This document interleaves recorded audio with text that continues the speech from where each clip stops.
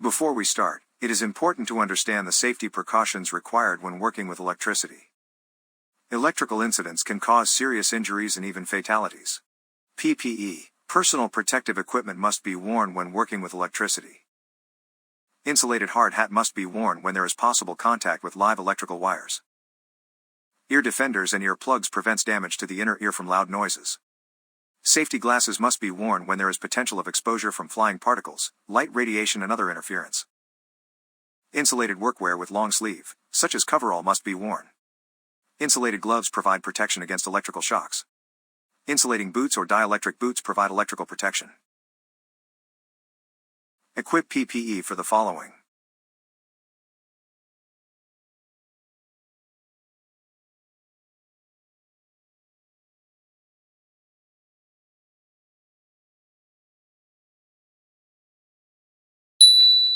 Coverall, helmet, insulated boots,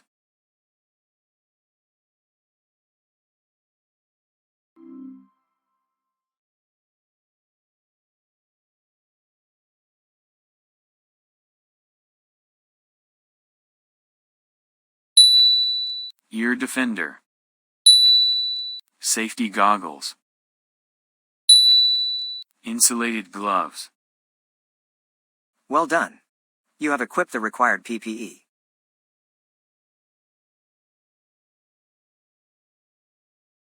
Before starting work in an electrical environment, it is important to survey the work environment for potential hazards. Hazards can exist. Ensure that there is sufficient light in the room. Inadequate lighting can cause glare or lack of visibility, resulting in misjudgment, which can lead to accidents. Water is an excellent conductor of electricity and potential hazard. Do not work with wet or damp hands. Any spillage in an electrical environment must be cleaned up properly. Ensure that insulated mats are installed properly near live electrical components. Insulated mat protect us against electrical shock by absorbing the power that can result from an electrical leak. Faulty electrical components can cause fire. A dry powder or carbon dioxide fire extinguisher must be present in the electrical room. Check that the fire extinguisher service label to survey the room for potential hazard.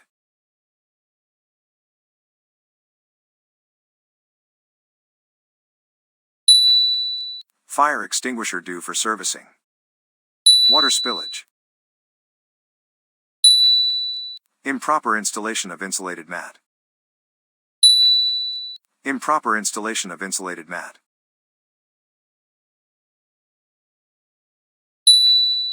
Inadequate lighting. Excellent. You have identified all the potential hazards in the room.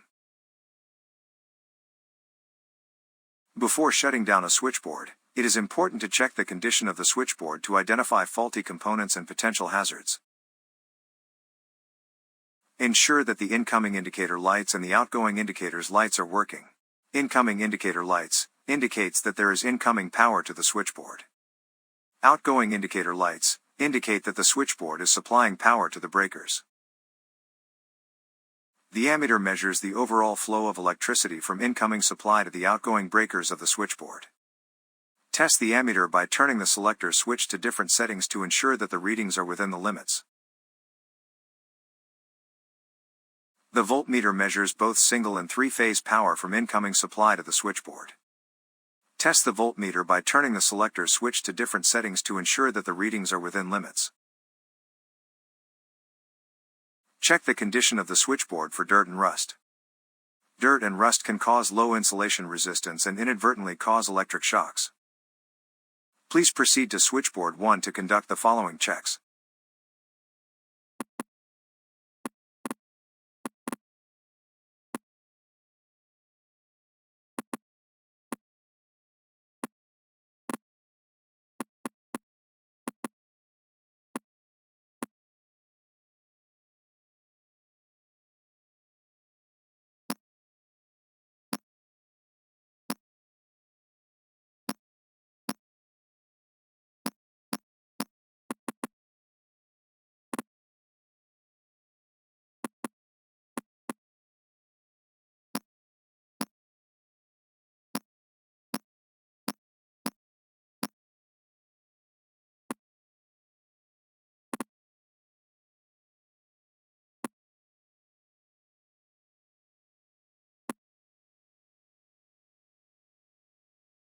Good work. You have assessed the condition of the switchboard correctly. In this scenario, we will cover the process of shutting down the switchboard. The switchboard distributes power to different areas or equipment within a site. Before we can shut down the switchboard, we must ensure that the power to each area or equipment is turned off. Technicians will turn off the power for their respective areas or equipment and inform the technician in the switchboard room that the power has been turned off. When the technician in the switchboard room receives indication that the power has been turned off, he will proceed to turn off the respective outgoing breaker on the switchboard. The technician will check the labels on the outgoing breakers to ensure that the correct breaker is selected and turn the switch to the off position. After turning off the outgoing breaker, the technician in the switchboard room will request the respective technician to check if the power for the area or equipment is cut off. Once the technician confirms that there is no power, the technician in the switchboard room will perform lockout-tagout on the outgoing breaker switch. The lockout-tagout procedure is used to prevent anyone from turning on the power while maintenance work is carried out. The technician will fill up the lockout tag with his or her details, indicating when the lockout starts and when the lockout is projected to end. The technician will hold on to the key of the lock to prevent unauthorized personnel from accessing the switches. After all the outgoing breakers have been turned off and lockout-tagout performed on them, the technician will proceed to turn off the ACB. After turning off the ACB, the outgoing indicator lights will go off and the technician will perform lockout-tagout on the ACB. After performing lockout-tagout on the ACB, the technician in the switchboard room will inform another technician to locate and turn off the incoming power to the switchboard. Once the technician turns off the incoming power, the incoming indicator lights on the switchboard will go off. The technician will perform lockout-tagout on the incoming power source to prevent anyone from turning on the power while work is carried out on the switchboard. Next, we will proceed with a guided interaction to better understand the process of shutting down a switchboard.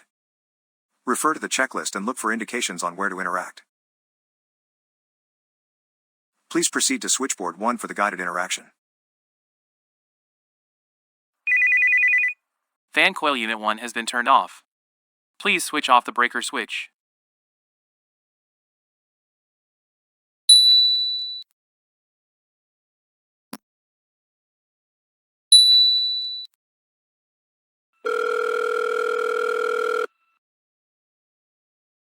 Hey Tom, can you check if the power for fan coil unit 1 is turned off? The power for fan coil unit 1 is off. Please proceed to perform lockout-tagout on the breaker switch.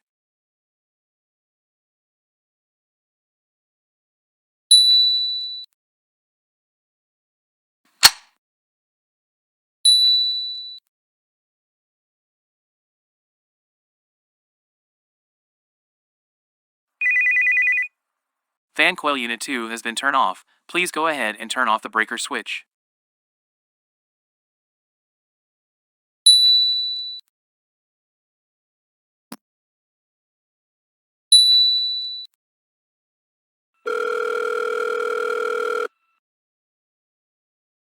Hey Tom, can you confirm that the power for fan coil unit 2 is off? The power for fan coil unit 2 is off. Please go ahead and perform lockout-tagout for the breaker switch.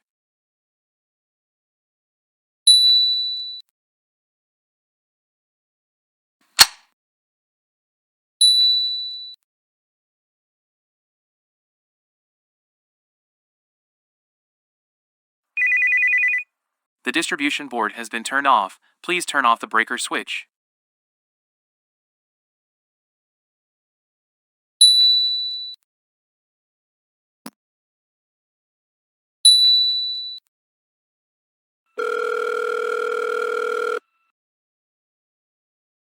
Hey Tom, can you confirm that the power for the distribution board is off?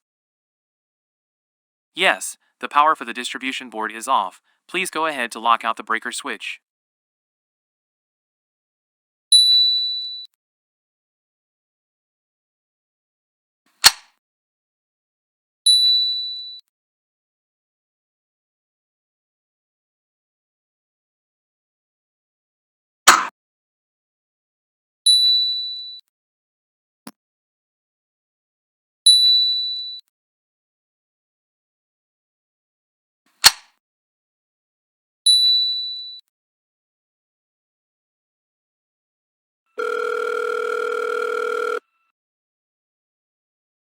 Hey Tom, I have turned off the ACB. Can you turn off the incoming power for switchboard 1? Okay, give me a moment.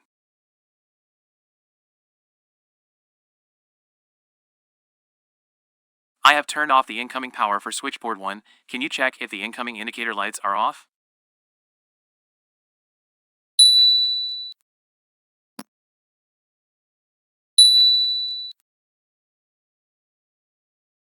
Okay, the incoming indicator lights have gone off. Please go ahead and lock out the incoming power switch. Alright, I will lock out the incoming power switch for switchboard 1.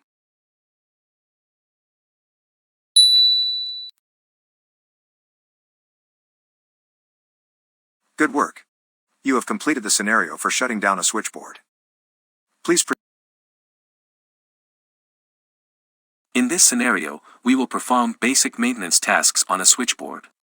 Before we proceed, we need to take precaution against the possibility of arc flash.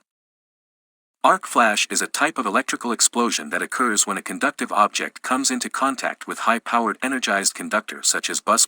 The temperature of arc flash can reach up to 20,000 degrees Celsius, often resulting in serious injuries and even death. Arc flash can occur when conductive objects such as tools, dust and corrosion, or even our hand comes into contact with energized conductors that are exposed due to improper installation or wear and tear. To prevent arc flash from occurring, ensure that the electrical equipment is properly de-energized before starting work. Check the incoming indicator lights to ensure that there is no incoming power to the switchboard. Wear suitable PPE, personal protective equipment, to minimize the impact of arc flash. Please proceed to switchboard 3 to perform maintenance.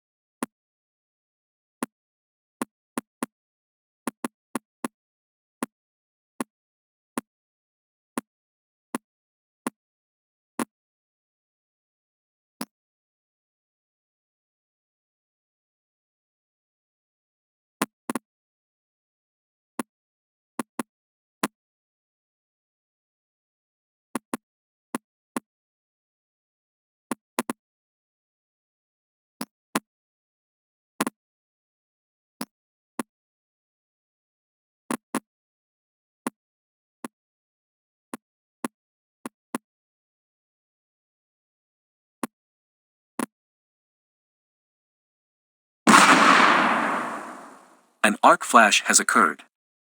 You did not check if the switchboard was de-energized before starting work. Arc flash causes severe injuries that may result in death. Remember to always check if the electrical equipment is de-energized properly before starting work.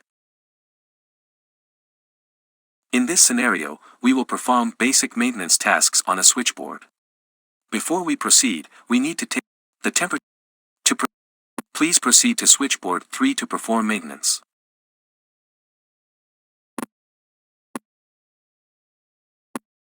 Good work, you have noticed that the incoming indicator lights are still on. This is an indication that the switchboard is still energized. Wait for the incoming indicator lights to go off before proceeding with the other tasks.